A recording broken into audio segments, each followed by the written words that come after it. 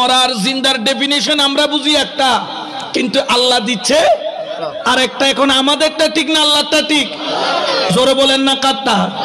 শুধু তাই না, ফাআহইয়াইনাহু, আল্লাহ তাদেরকে জিন্দা করে দেন।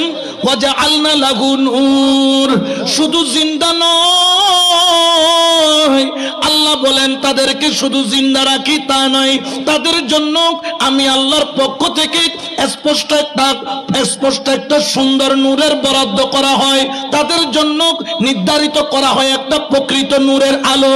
এই জন্য সুন্নি যত আলেম দেখবেন, সুন্নি যত ব্যক্তি দেখবেন, সুন্নি যত হুজুর দেখবেন, সুন্নি যত আশেক দেখবেন, যদিও বা চেহারাটা কালো কিন্তু তারপরও দেখা যায় নূরের আলো।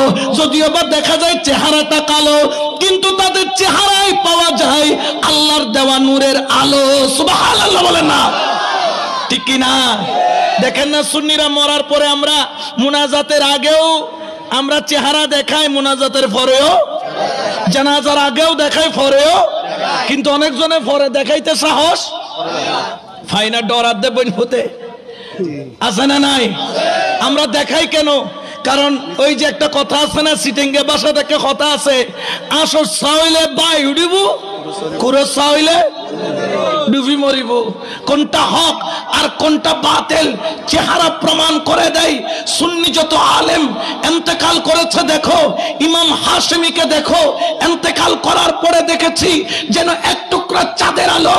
সৈয়দ শফিউল বশর মজবন্ডারিকে দেখো, ইন্তেকালের পরে নিজের চোখে দেখেছি 4 দিন রেখে দিয়েছে, 4 দিন কোনো গাড়ি নাই, বরফ নাই, কোনো ধরনের কিছু নাই, গরম বাতাস, চারিদিকে লক্ষ লক্ষ মানুষ হুমড়ে পড়েছে, জবজব করে ঘামতেছি, মরা মানুষ 2 ঘন্টার মধ্যে পচা গন্ধ বের হবে, কিন্তু না, 4 দিন হয়ে গেল।